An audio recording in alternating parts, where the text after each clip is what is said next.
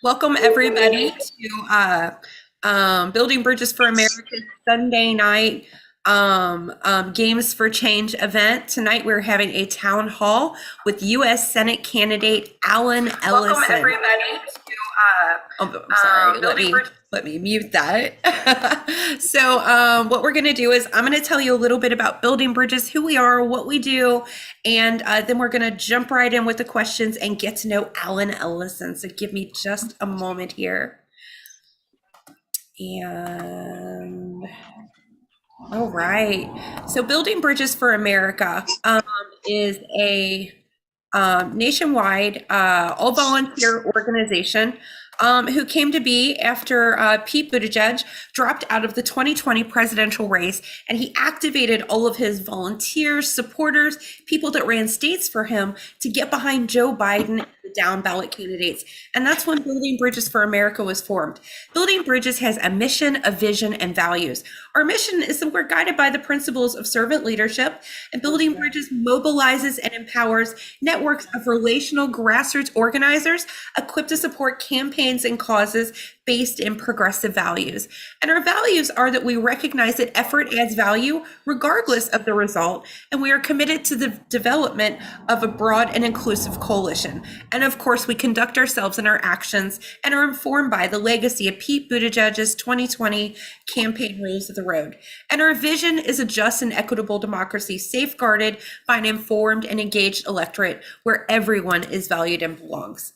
Now, everything that Building Bridges does, we do through these lenses. We strive to inform and engage ourselves in the work of delivering racial equity, bridging the rural and urban communities, reforming our democracy, and creating a sense of belonging.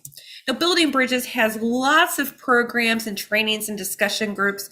Right now, if you look over on the left-hand side of the screen, we have our book club going on. We meet Mondays at 8:30 p.m. and we are reading The Sum of Us, What Racism Costs Everyone. I will put the link over into the chat here in just a few minutes. You can sign up for tomorrow night's book club. And then right in the middle, those are our courses and our trainings. We have 11 of them. There are so many. Everything from civics to having conversations to break through, making word ass, popping the disinformation bubble, and unlocking your political power. Of course, we have our days of action, and we have 3 different days of action events. On Wednesdays, we have lights, camera, action. We write postcards for our endorsed candidates, and we watch a movie. And then on Sundays, we play games, and sometimes we have a town hall like we're having tonight. And then we also have Demopalooza, and that's where we write elected leaders for bills that we are passionate about. And as you can see, our 2022 endorsed candidates, we have so many. I believe there are 28 of them. And we're representing over 20 states, municipal offices, people running for state offices, people running for federal offices. And you can give us a follow on social media at Building Bridges, number 4 America, at Facebook, Instagram, Twitter, and YouTube. And you can learn more about Building Bridges for America, or you can learn more about us at Building Bridges for FORAmerica.com. All right, so now we are going to jump into the action with Alan Ellison, but I want to tell you guys a little bit about Alan, and then we're going to give him the floor so he can tell us a little bit about himself, and then we're going to get into the Q&A portion of the evening. Alan Ellison is running for U.S. Senate representing the state of Florida. He has learned how to listen to people, how to connect, how to be open-minded, be resourceful, and solve problems. To Alan, that means protecting the environment, securing Social Security, pushing for universal health care coverage, increasing disability benefits, continuing to fight for equal rights for women, a focus on veterans care, making an impactful improvements to infrastructure, and defining our educational system. With that, ladies and gentlemen, may I introduce Alan Ellison.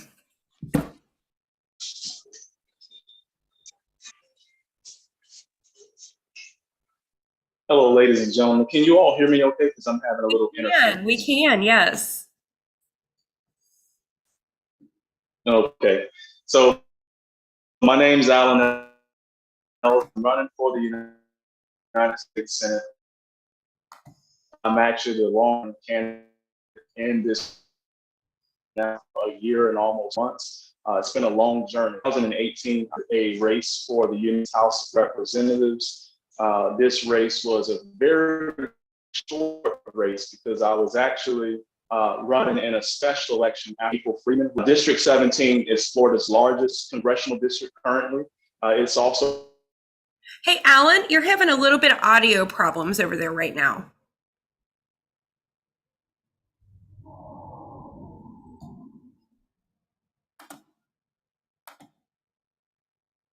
You lose him?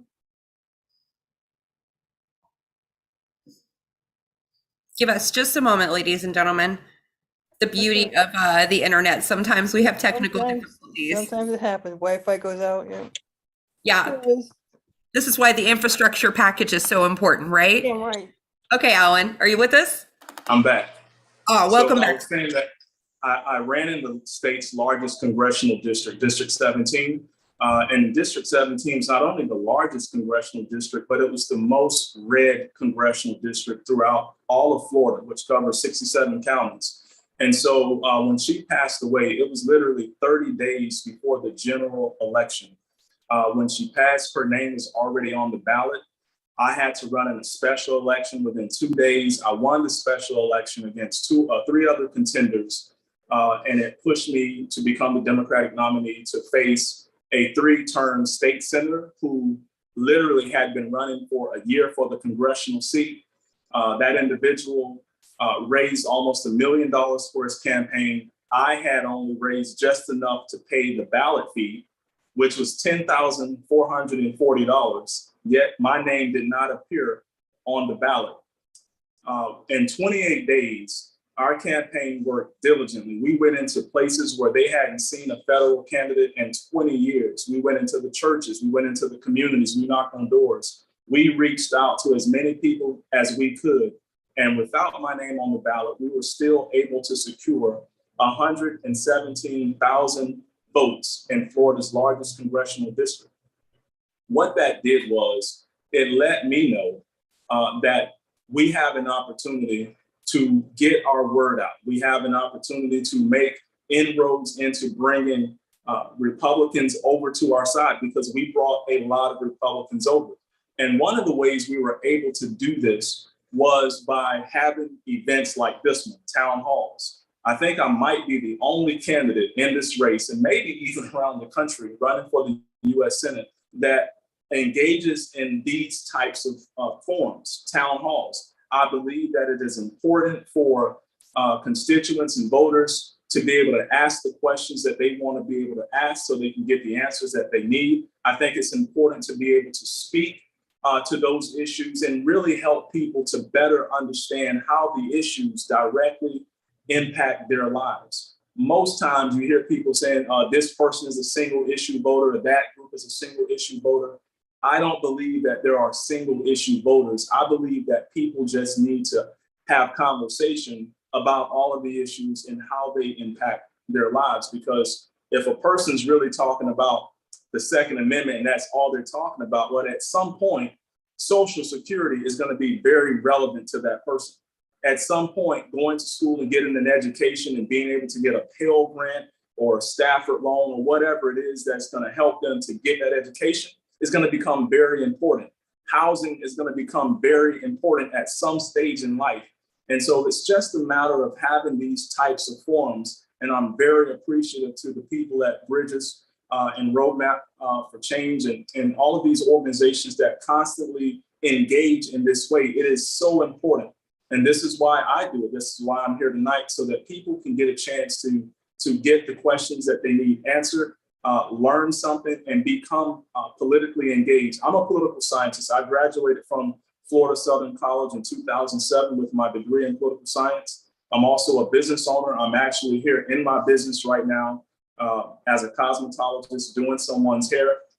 So you'll get a chance to see how I interact with my customers while I talk about politics. I've been doing this now for 31 years. A lot of people say you don't even look 31, but I'm not as young as I look. But I have been engaged in the political process a long time, and I'm welcome any questions that you might have, and hopefully we can have a better understanding of one another and be able to work towards a better future for all of us. Well, thank you for that, Alan. So the questions are already beginning to roll in. Susan, who is a former educator, wants to know, do you believe that the government should ensure students of color are not over or under identified as needing special education services or disciplined more harshly than other students? She said, do I believe that students of color are disciplined more harshly than other students? Do you believe that government should ensure students of color are not over or under identified as needing special education services or disciplined more harshly than other students? Absolutely. I agree that when it comes to equality in education, I think that oftentimes people of color are placed at a disadvantage. They're targeted. And it has to do with how people communicate about one another in our society. Too oftentimes there's so much division socially that it actually creeps into every aspect of our life, including the educational system. One of the things that I'm always very interested in when it comes to running for office is to have a laser focus on these types of issues, because I believe this: you don't have too many people from the state of Florida in the United States Congress. It's maybe only a couple. And I believe that if you don't know who I am, if you don't know what keeps me up at night, what I deal with in a run of a day, or people like me, whether it's in the banking system, the educational system, then you're probably not going to write policy that's going to have direct impact in people like, myself and our lives. And so one of the things that I want to be able to do is to get into Congress and put together policy that places shields around people of color and poor people in general, so that they don't have to deal with those types of things. And I think only people who have that experience is going to have that outlook to be able to write policy to counter those types of things. Great answer, Alan. Thank you so much for that. So Tracy wants to know, is there any new information about the media reports about the GOP door knocking effort that fooled senior citizens into changing their party registration? They've been investigating those incidences. We know that the GOP continues to come up with all types of schemes and all types of fraudulent activities when it comes to our voting, which is why it is so important to have events like these to talk about them. Because whenever we talk about voter suppression, I have seen it over and over again. Oftentimes, Republican voters are brainwashed into thinking that voter suppression is one way, when voter suppression is a very dynamic thing. It is something that it can happen probably 100 different ways, and that is one of the ways that voters are being suppressed. I believe that we should be able to push for the John Lewis voting rights bill and push for the For the People Act. I think it would do a lot to counter a lot of the Republican strategies when it comes to voter suppression. Right now, there have been 150 plus voter suppression tactics just like that one in about 43 states in the South. And right now we are in a gerrymandering year. So not only do we have to overcome voter suppression tactics, but we have to also overcome gerrymandering. And if you understand redistricting, whoever controls the state legislative body is going to pretty much dictate how the congressional maps are put together, which usually benefits the party that's in power. And in Florida, the Republicans control the governor's mansion as well as the state legislative body. And when they begin to put together their schemes and their maps, I am fearful that they will be able to win a lot of seats, fool a lot of people, and possibly even take the House. When you look across the country, The Republicans control 175 districts across the country. Democrats only control 75. It is very possible with the maneuvering of voter suppression techniques and gerrymandering that the Republicans could retake the House. And what they are talking about doing when they retake the House is voting to have Trump become the Speaker of the House. And that is something that we most certainly do not want to see. Yeah, that's a frightening thought. That's a frightening thought. Thank you for your answer on that. So, what are your thoughts on sending aid to the Ukraine while many in the U.S. need aid? You know, the thing is, I believe that we should do all that we can do for Ukraine. They are positioned in such a way where it gives us a strategic advantage. Outside of that, from a humanitarian standpoint, as a leader of the free world, our nation pretty much is the world's police and should be the beacon of light on a hill for foreign nations. But I also believe that we should really be doing more for our people right here at home. I know that we have a two-party system and the president has put forward policies that would definitely strengthen our domestic situation here at home. But right now it is still being fought by the Republicans. And it's really sad because we have become so divided in our politics that we have people who will simply be obstructionists simply because they are not the ones producing policy and producing good policy that will actually improve the quality of life for citizens. And I believe that the Democrats are not doing enough to highlight that in the public. We should be having these kinds of conversations on CNN, MSNBC.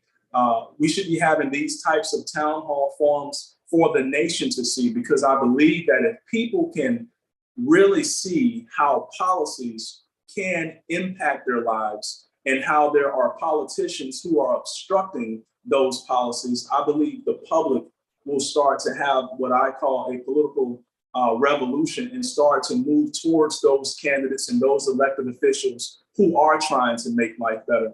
And when you look back simply over the last 2 years, we have been able to push for and get the CARES Act passed, which has tremendous benefit to the public, the HEROES Act, the American Rescue Plan. We have the infrastructure bill. All of these proposals were presented by Democrats. And the Republicans have constantly been there to vote no against it. But whenever those policies start to benefit people after the fact, then we see members of the GOP try and take credit for these things. And the public needs to understand, like, for example, I remember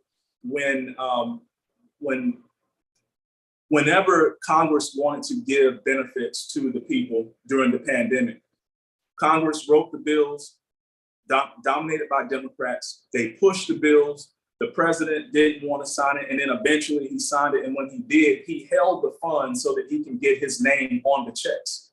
You know, and the thing is that we are starting to see that constantly as a strategy. So Republicans can claim that they're fiscally sound and fiscally responsible while they reject all of the Democratic policies. But as soon as those policies start to benefit the people, then the Republicans begin to try and take credit.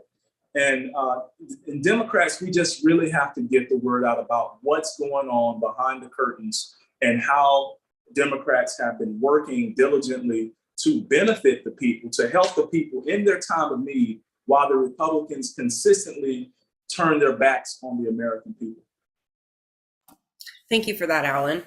So I'm curious, what has the pandemic taught you about yourself? The pandemic has taught me that, you know, and I'll be very honest with you. The pandemic taught me that there are a lot of people that are hurting, and that my resolve for helping, it really made it concrete that this is what I'm supposed to be doing with my life. Because during the height of the pandemic, I remember there were about 70 million people out of work. I remember watching families literally destroyed, people losing loved ones. I believe that I must have lost maybe 7 people in my family due to COVID-19. At one time, I lost 6 individuals inside of 2 weeks, cousins, from COVID-19. And it rocked our family so hard that people were turned to substance to medicate the pain. People were depressed. People were leaving their jobs. I mean, it was so many things that made people feel so low that it was just so sad.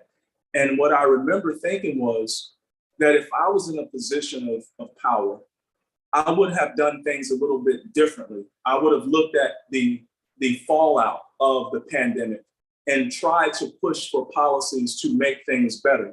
I remember not being that big of a fan of UBI, but I remember thinking, wow, UBI or universal basic income would have really helped a lot of Americans get through the pandemic. The government was telling people to stay home, socially distance themselves. But the thing that didn't stop was the bills that were coming due every month. And it's very difficult to tell people to stay home and the bills are continuing to pile up. And so it created this idea in America that the Democrats are not for working people, because working people have to work in order to keep afloat of all of the things that take place in the run of a person's life. And so I believe that if we had pushed for policies like universal basic income, it would have not only helped people, but it would have put America on par with the 33 other developed nations that currently have some type of a universal basic income system. And so then it becomes, well, how do we pay for it? It's always about how do we pay for it. But whenever members of government want something for themselves, they don't think about how we pay for it. They just do what they want to do. And so it has to be about you or we the people, more so about, their agenda when it comes to party politics or how it's going to benefit them personally. It has to get beyond that. And I think if we can begin to learn more about the political process, then we can begin to hold our public officials accountable. And what I mean by this is, I believe that everyone on this call tonight, in this town hall forum, are people that are politically astute. But that does not make up the majority of the American public. Most people only get their political chops from what they see on the news. It would be a whole lot stronger if we had more emphasis on civics and government at the grade school level, because the more people understand about government and the maneuvering in government, the better they can see how these politicians operate. Most people don't have a strong positive sentiment when it comes to elected officials. But if they themselves had more knowledge about the political process, then they could better coordinate how to get the right leaders in office. And this is why I always talk about being united for America. And what I'm really saying is that we have to be united in what we know. We have to be educated. And because education is going to help us to see past the talking points. Education will help us see past the political slant. Education will help us to see past whenever the news media is trying to push their agenda, and we'll know exactly what it is. It's very sad when someone steps to me and say, oh, well, you're going to split the vote against Marco Rubio. Anytime someone says that to me, what they don't realize is that they just exposed to me that they have no clue on how the political process works. So then I have to educate them. No, there's a primary election, and whoever wins the primary then goes on to face the Republican in the general. And that is just something that is so basic, but it's so basic and yet a lot of people just don't understand these basic concepts. So this is another reason why I hold the town halls, because whatever someone didn't get in ninth grade civics, it's an opportunity to educate them now. Great answer. Great answer. Yeah, it's alarming, the lack of civics education for some in this country. It really is. So Kat has a really good question. She asked, what policy would you introduce once elected into the Senate that would protect all of us, the LGBTQ community, women's rights, voting rights, to combat the laws that have been passed by like the state of Texas and Florida? Thank you so much for that question. I would have to say that there is no one law that would be passed to cover all of that. It would probably be a series of laws. One, I would be definitely a supporter of the Equality Act. That would be one that would definitely provide freedoms and protections for people in the LGBTQ community, but it would also provide those same freedoms and protections for everyone.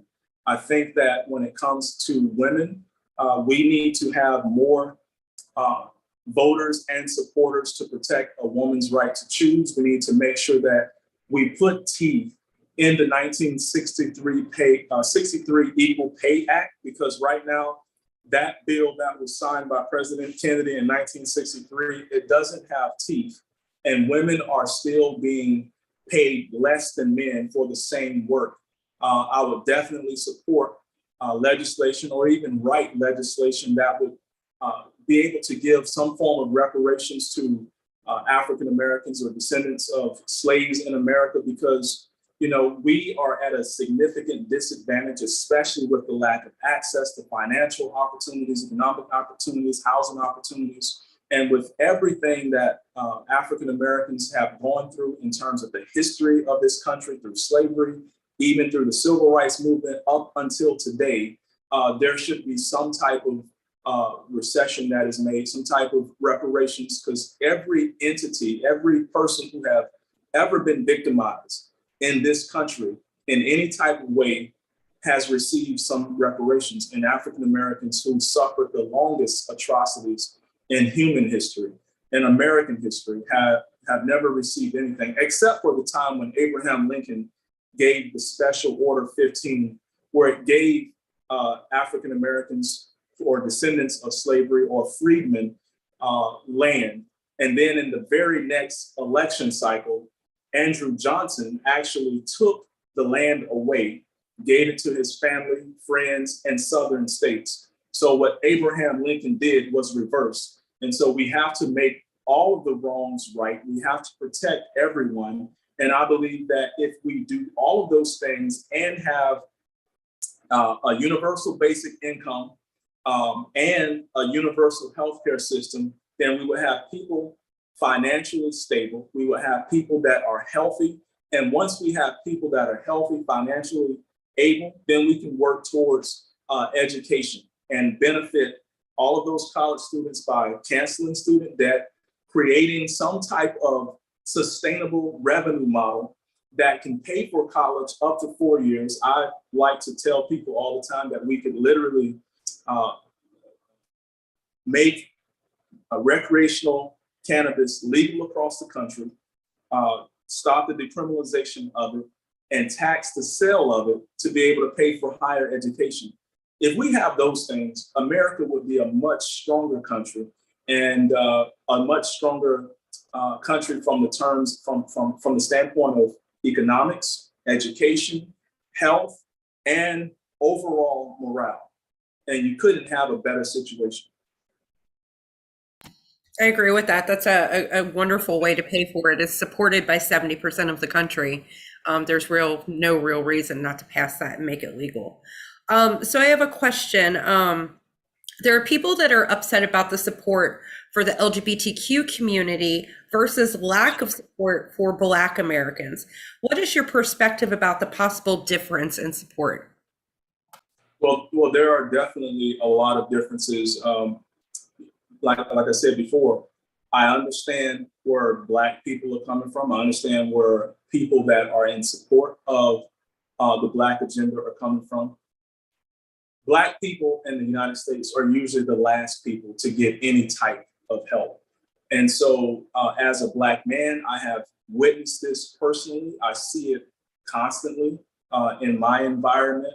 I read about it, and I am keen to it. When it comes to the LGBTQ community, they have been able to organize in a way and be able to bring very powerful individuals, whether it be through Hollywood or the music industry, to help mobilize those efforts forward. We have had African Americans who have tried to do that, like Dr. King, people like Malcolm X, Marcus Garvey, all of these people. But what we haven't had is a lot of international help to put pressure on not only the American government, but we haven't had enough support from white people who see enough value in what Black people bring to the table to have that type of support. Now, I will say that I do see this changing probably in the next 10 years. And the reason I see this changing is because when we look at how our population is melting together, I always say Black people are the flavor of the month. Black people set the trends for the world when it comes to culture, hip hop, like all of these different things that have become very dominant. And it has a way of mobilizing young people.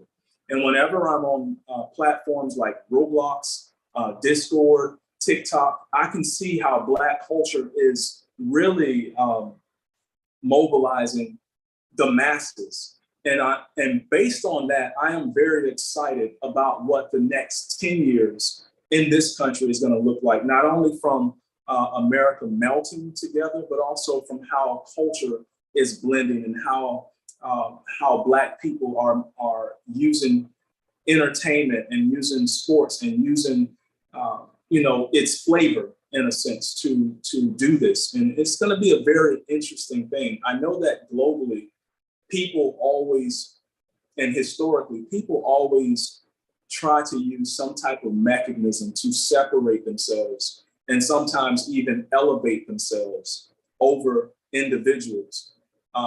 America is still a relatively new country. We've been around about 500 years, where other countries have become homogenous. They have been around for thousands of years. America's going to get there, but we first have to understand that when it comes to equality, when it comes to being appreciated, when it comes to just being seen for who you are and what you bring to the table, we have to understand that in order to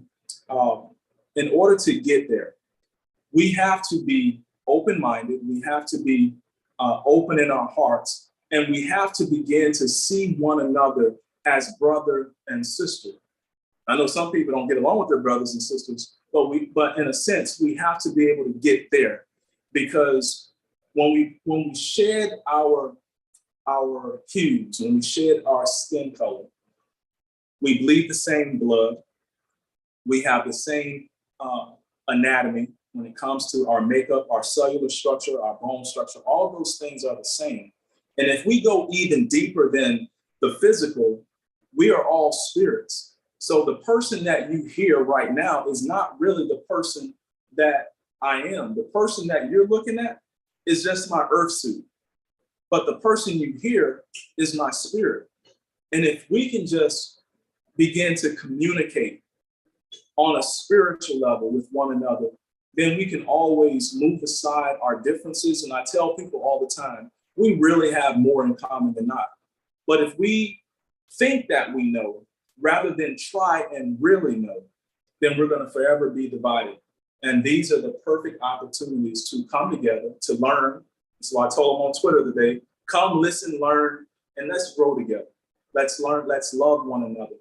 You know, love can conquer a lot, but also can understand it in the opportunity to just be able to just talk with one another. I haven't met a person that I wasn't able to reach just simply by communicating. I come across Trump supporters all the time. They come into my business to get their hair done. But before it's all over, I have reached them in some type of way, whether it be to show them a piece of policy and how it directly impacts their life, or to show them a different perspective. But I also listen, because in listening, it opens the door to be heard. If you won't listen, then you cannot expect someone to hear you. Well said. Well said. So Maria has a question. She wants to know what top 3 issues are you promoting to ensure more equity among communities of color? One of the issues that I think we need to have more equity in communities of color, and that's access. We have to have access before we can have equity. So the question is, how do we get access? Well, if we look at some of our institutions or some of the systems that keep African Americans or people of color from the access, we can start with the financial institutions. When we look at the FICO system, FICO, FICO, it is predatory and it is discriminatory. Oftentimes, African Americans can have great credit scores and still be denied access to housing, still be not denied access to financing, whether it's financing for their business or financing to get a car. We have to be able to hold institutions accountable so that people of color and people who are of a certain social economic status can get access to the opportunities so they can live the American dream too. And I tell people this all the time.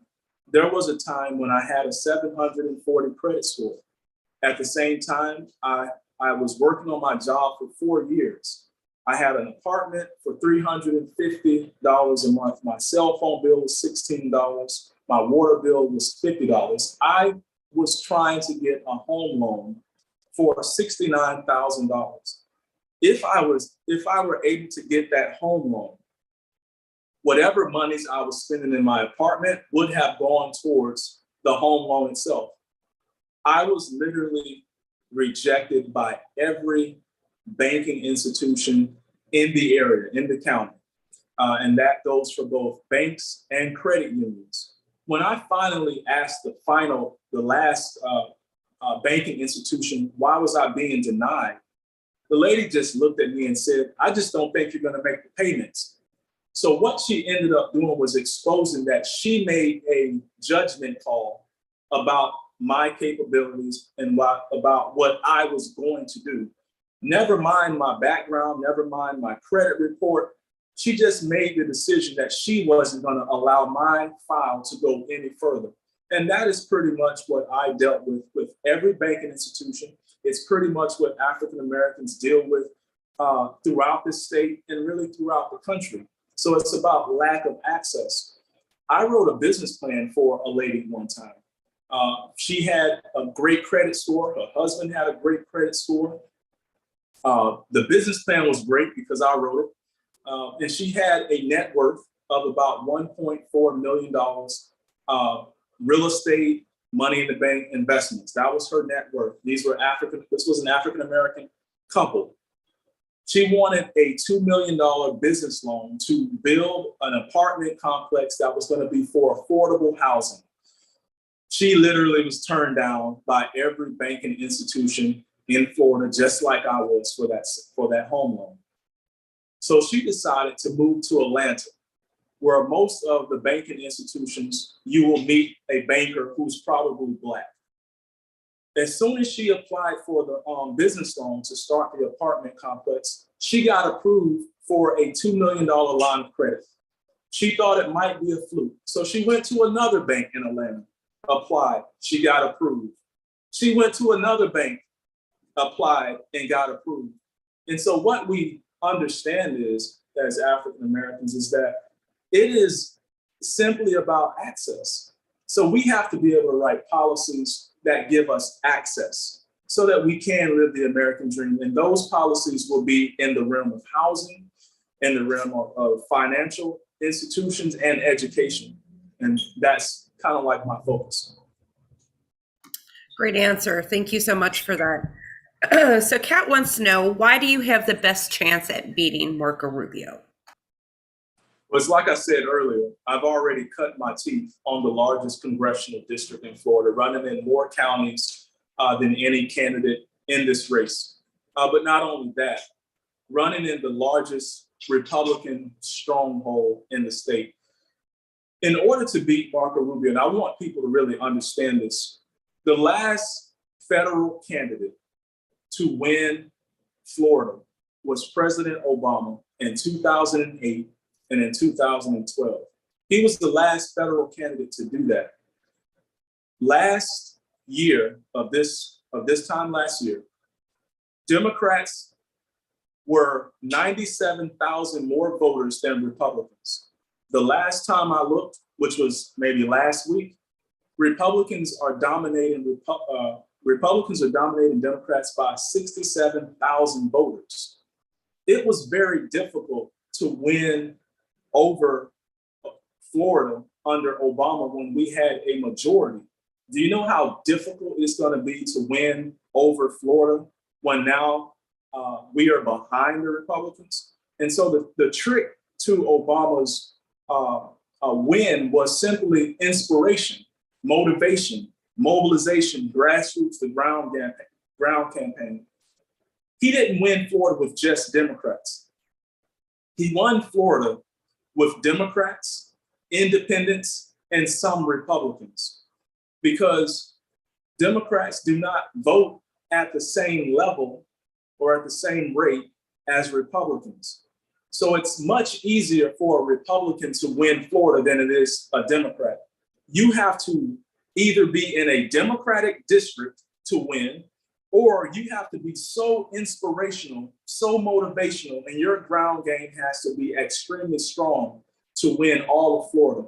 And again, we have proven that we have what it takes to bring everyone over. There are people right now probably in the chat that are supporting our campaign that were independents that are now Democrats. It's because we take the most time to engage the voters in only the way that we can. And that is so powerful when people understand and believe that this person will do the work, this person will take the time, answer the questions, and pull everyone into the conversation, because that's what it's going to take.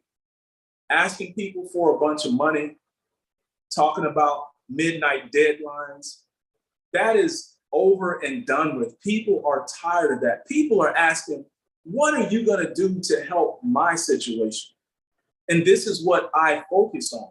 I don't just talk about what I'm going to do when I get in office, because I believe there are things that we can do right now. In fact, we have already been doing probably more work in this one-year campaign than Senator Marco Rubio has done in 12 years in the United States Senate.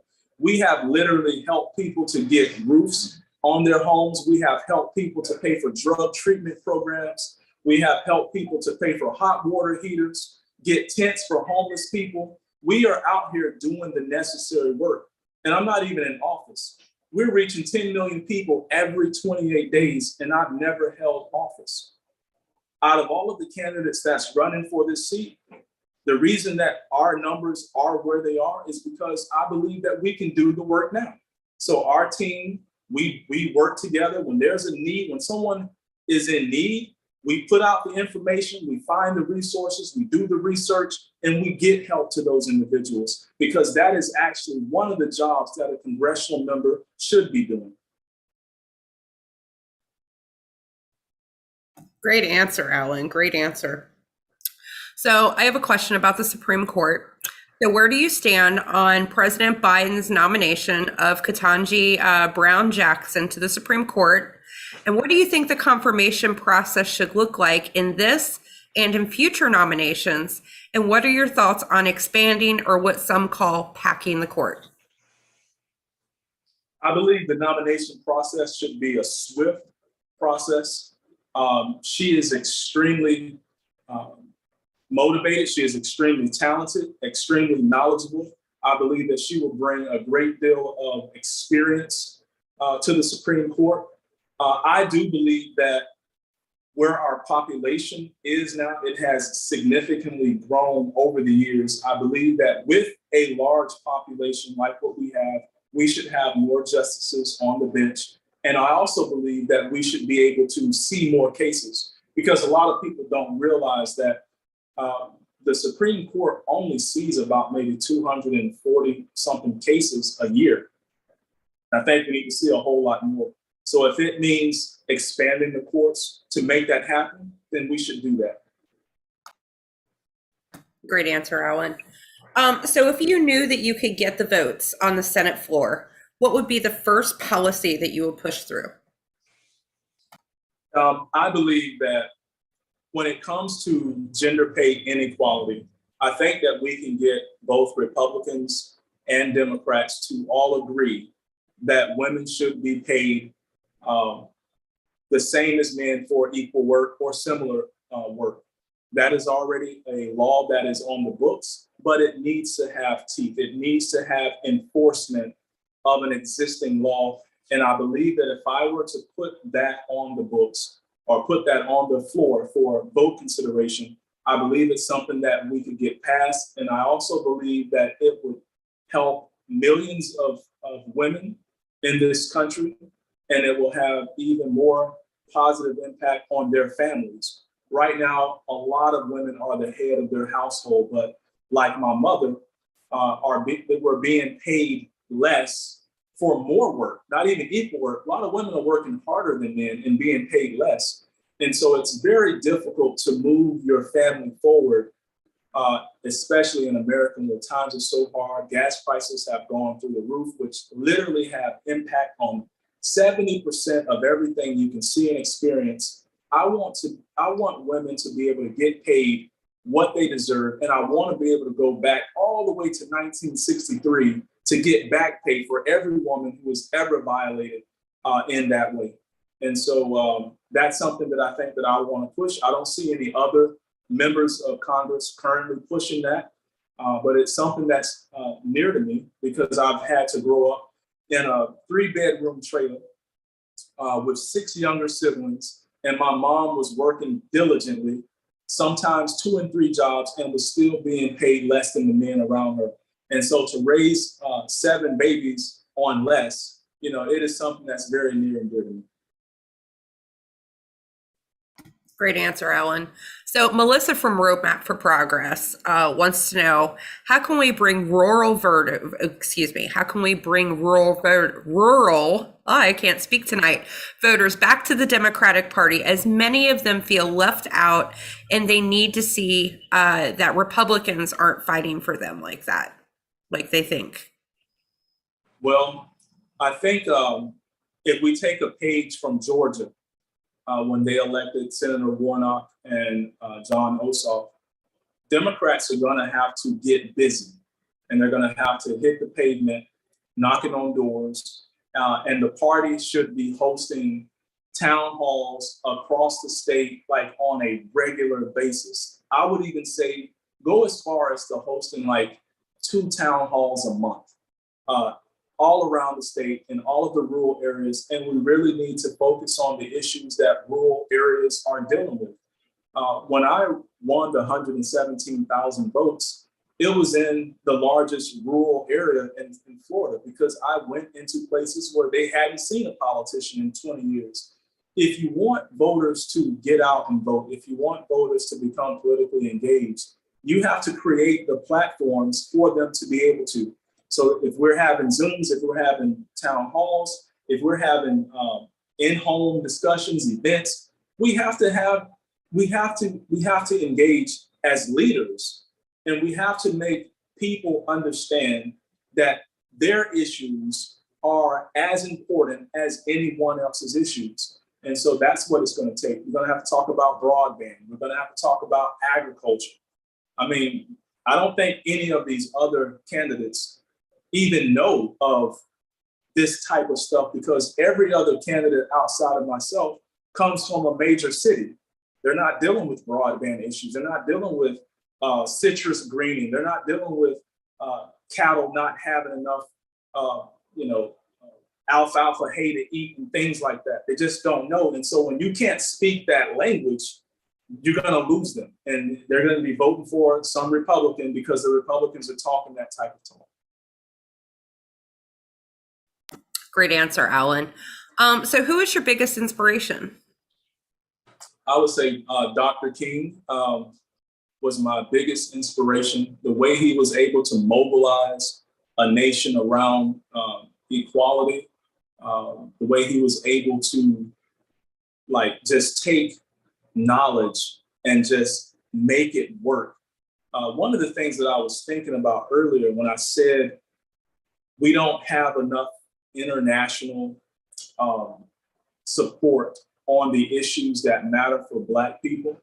What a lot of people didn't realize about the civil rights movement, when Dr. King had that march on Selma, he wrote to the New York Times because he knew that if the New York Times published it, all of the other media outlets around the world would see it and they would want to come witness what was in the New York Times.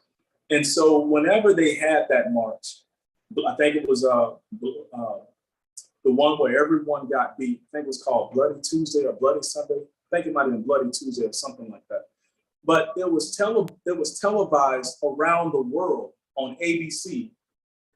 And when ABC showed that, it created so much international pressure on the US government that it actually forced the hand of the president to send support down to the South to help Dr. King and the civil rights movement.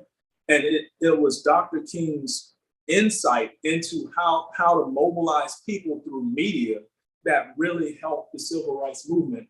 And right now, that's what we have to be able to do. We have to build coalitions with people, but we also have to know how to mobilize the media around the issues that matter.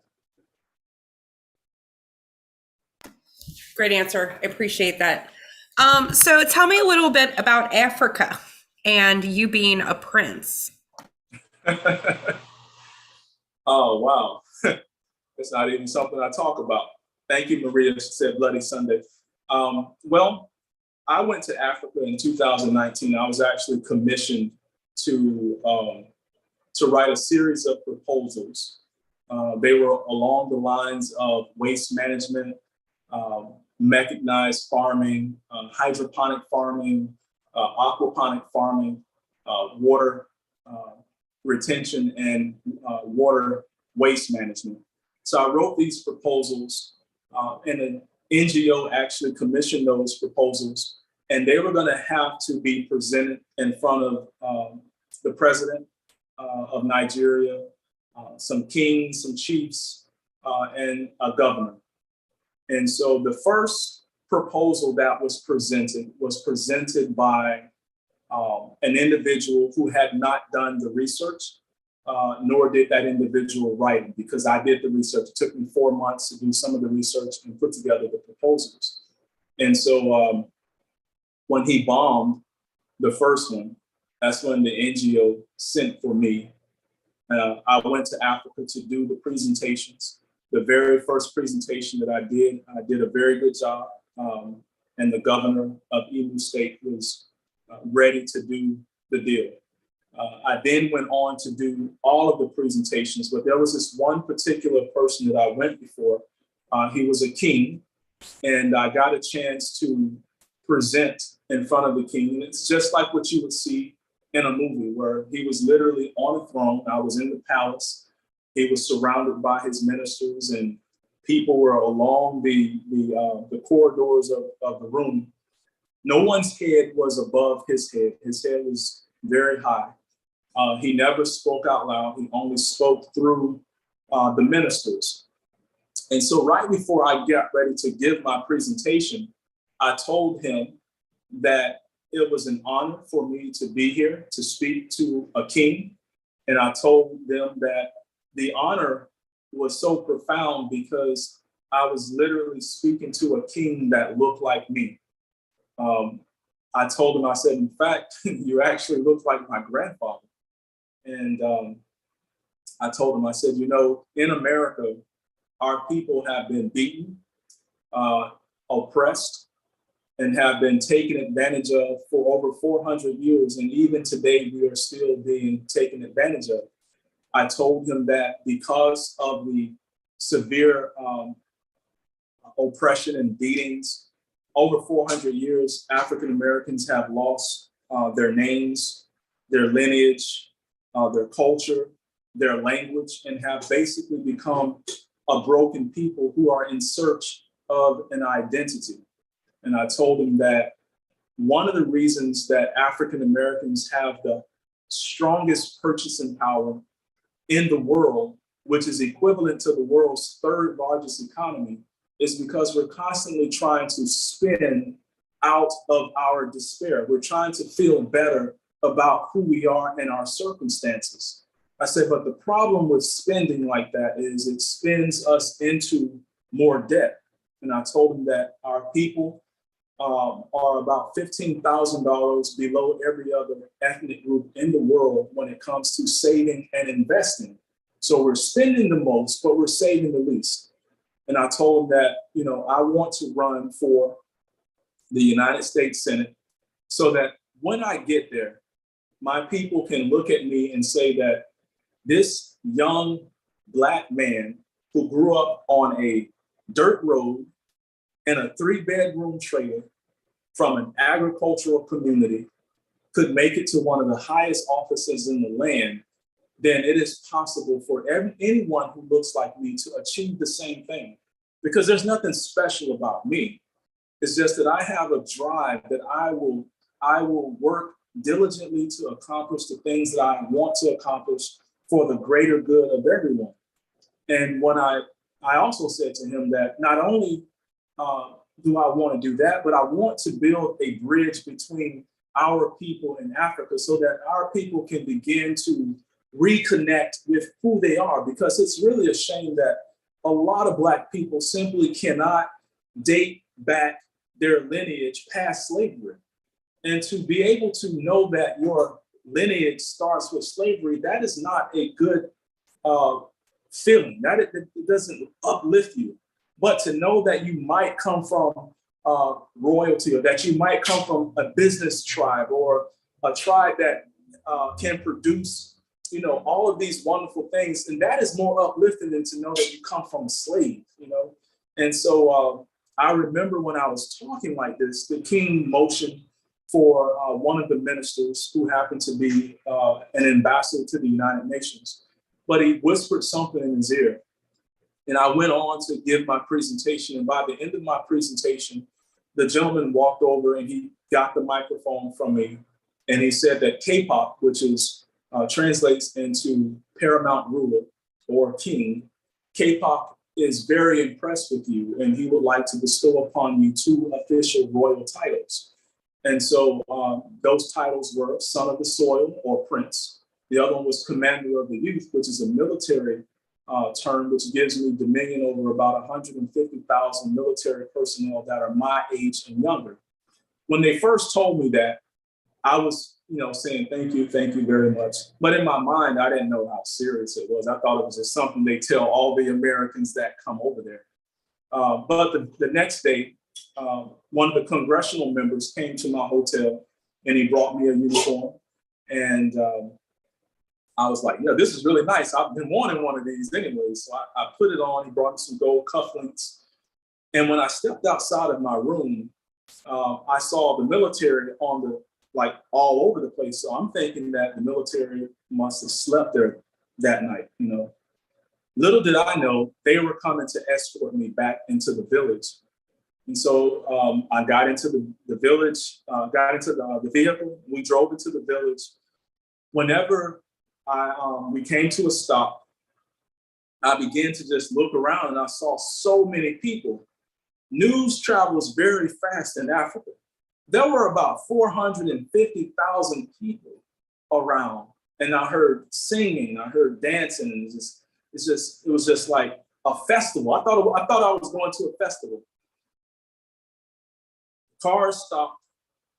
The military came and opened my door, and as soon as I got out, as soon as my foot hit the ground, I heard this sound. They said, "Yeah!" what I heard, right? So I'm looking around like, what's going on? And the military surrounded me and we began to walk.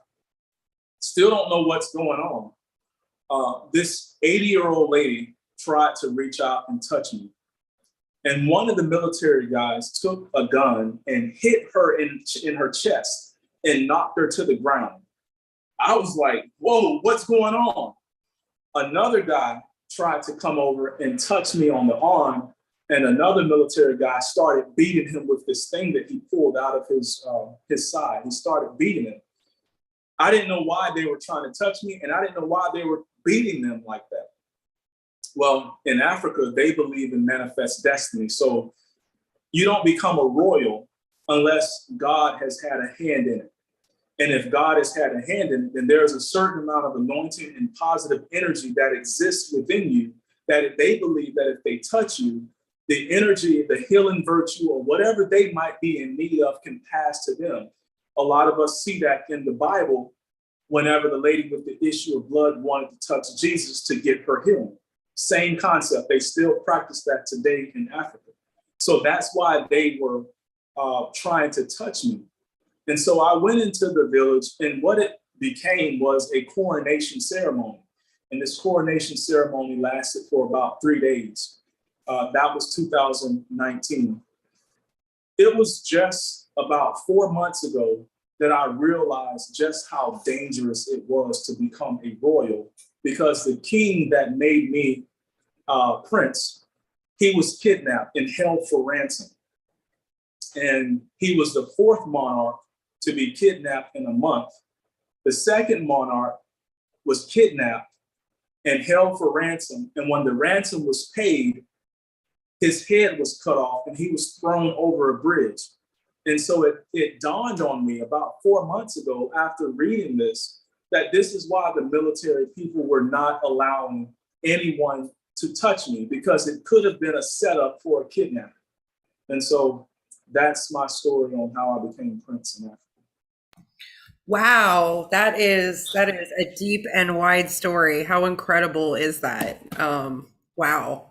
Thank you so much for sharing that with us. So what are your thoughts on climate change, and do you believe it's real?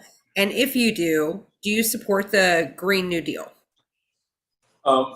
Thank you so much for that question. I do believe in climate change. We live in Florida. We see the effects of climate change almost on a daily basis.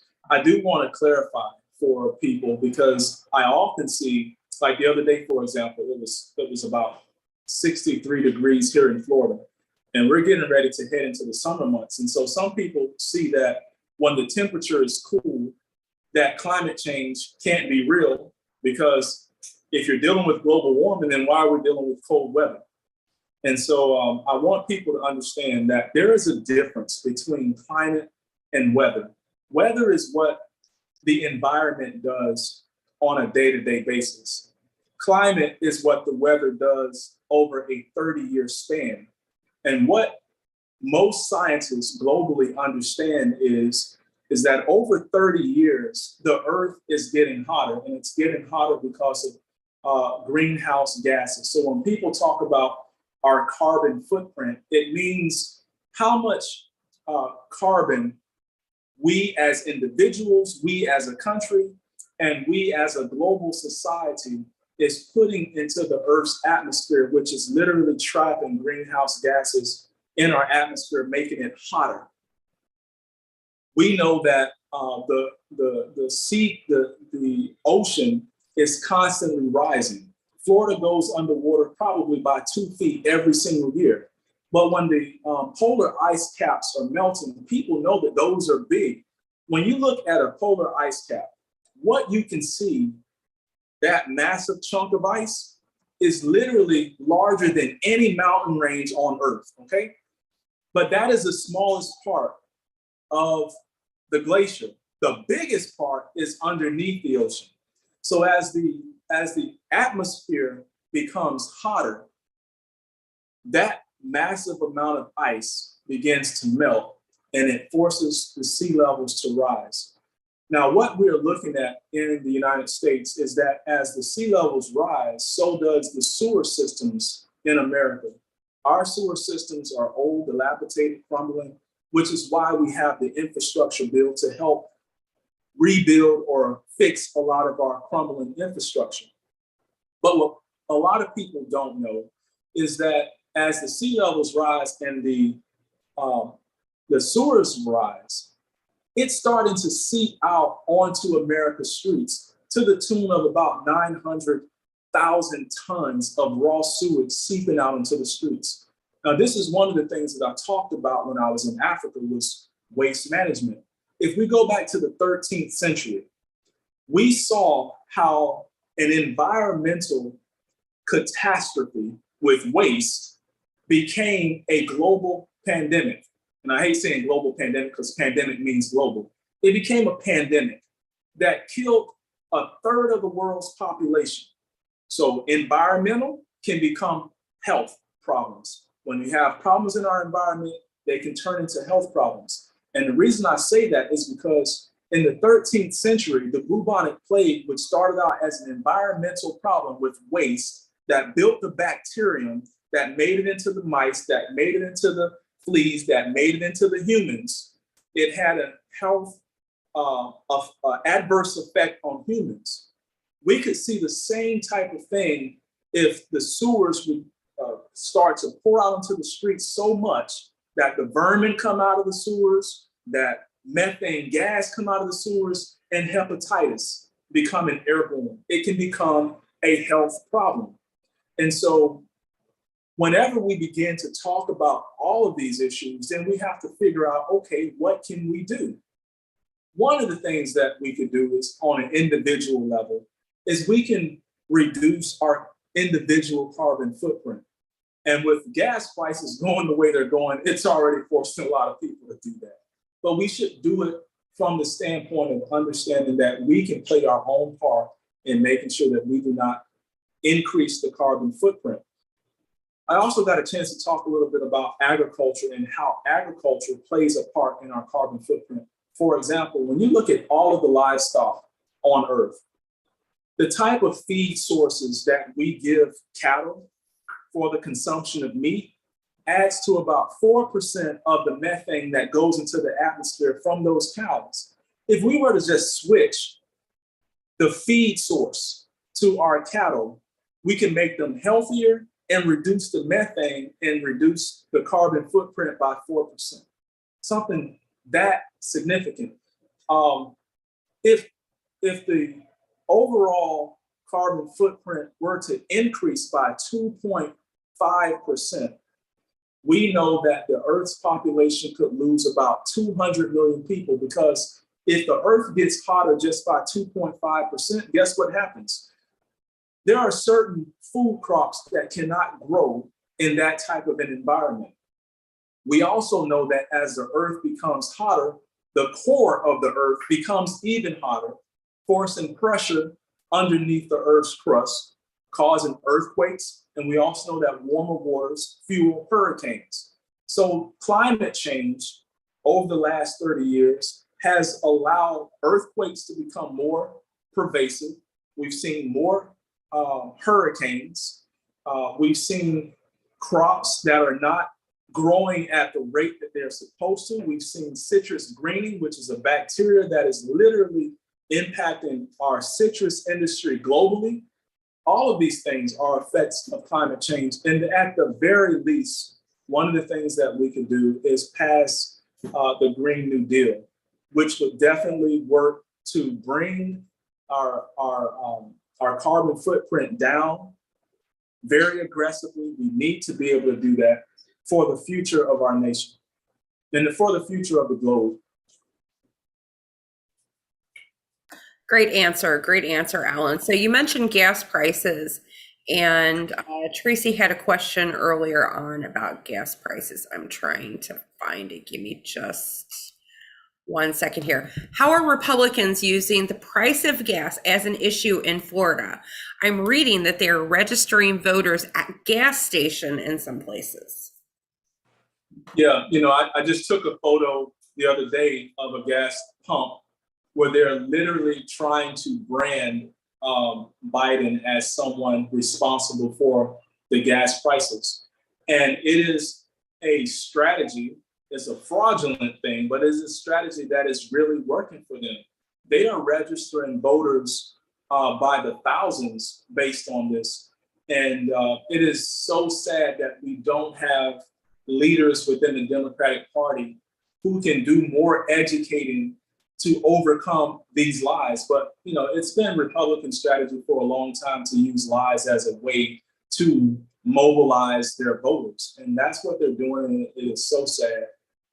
I've actually been thinking about various ways to counter those strategies, and I probably will be putting some out this week. Good. I look forward to seeing some of those.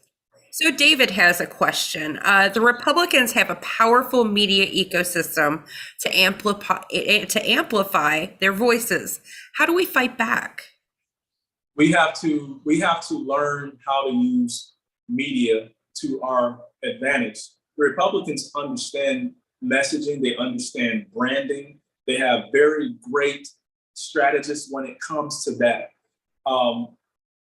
I have a very strong background in PR, communications, and branding. And so one of the things that I try and help people understand is that we all have a voice, but we have to learn how to maximize or amplify our individual voices in order to get people over to our side. Because I believe this, you can have an opinion about what the government is and what it should be doing and what it's not. But when you speak facts, facts will always weigh more than the opinions. But if you don't have a loud enough microphone to let people know about those facts, then it does you no good to simply have them. So what I try to tell people is become a publisher. And what I mean by that is you can write, you don't have to write a novel, but you can write a paragraph, you can write an opinion piece, register with David Costs. Publish your opinion, register with Medium, publish your opinion. Use your social media as a platform to disseminate information, facts, truth, and do it on a regular basis and get other people who are like-minded to do it as well. One of the reasons why we're able to reach 10 million people every month without spending a single dime on ads is because our campaign understands how to amplify those messages. I usually put them out and then I send them to people within groups to amplify. But we all have to play our part in amplifying truth. This is one of the reasons why Republicans are winning, because they constantly are sending out massively and underground through these places like Parler and all these different places where they congregate, and they get information to their base and they make their base amplify it out. And they're getting some help from Russia and stuff like that. But that's another story. We have to amplify our message. And if you don't have a TikTok, get a TikTok. If you don't have an Instagram, get an Instagram. Get as many social media platforms as you can. Malcolm X said, "He who controls the media controls the people." If you don't control the media outlet, then you're only speaking to the people that are in your immediate environment. You have to reach further, and you'll hear me say that a lot. Help us reach further. That means amplify, share.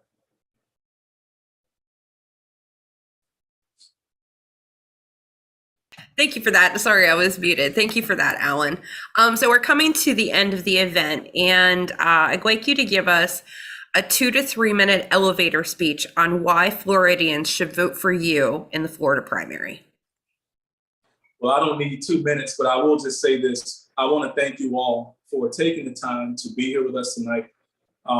I've been running this campaign for a year and almost 4 months. But I haven't just been running my campaign. I've literally been doing the work that Marco Rubio should have been doing 12 years ago. We have the most engagement because we care about the people that we want to represent. We are the most engaging campaign in this state. We hold the most town halls. We have the most questions answered, and we help the most people. Helping people is really who I am at my core. It's my gift. If I'm not helping people, then I'm not at my best. And running for the United States Senate, more than anything else, is really a way for me to maximize my gift. I'm asking for your support. If you like what we had to say here tonight, then please get involved with this campaign. Join our campaign at allenellison.com. If you want to be a part of moving this movement forward and improving the quality of life for everyone, not just some, then the Allen Ellison for Senate campaign is the campaign for you. We want to help everyone, not just some. And I always say that because Republicans are constantly writing policies to take us back, but not only to take us back, but to take us back to a time where it was only good for some and not good for everyone. If we're going to move forward together, we have to do it with the type of policies that are working to improve everyone's situation. We all are hurting in some way, but if these members of Congress and these other candidates are simply not asking you what keeps you up at night, then you have the wrong candidates. We have to have more candidates that are thinking this way, because we need a new type of leadership in the United States Senate and the United States House of Representatives. We need more people that are really about the people. And at the end of the day, if we don't do our part, then we can't expect those who don't understand who we are, we can't expect those who don't know what keep us up at night to be writing policy that's going to benefit us. So we have to do our part. And so I just want to thank you again for hosting this town hall. I really enjoyed everything that you all have had to say and ask. I think it's so important. And that's why I always ask, what keeps you up at night? Because I believe that you all deserve the best possible leadership. So thank you. Thank you so much for being here, Alan, and the best of luck in the rest of your primary. And hopefully we will see you in the general. Thank you so much for everyone who has joined us tonight. We appreciate you, and we will see you next time.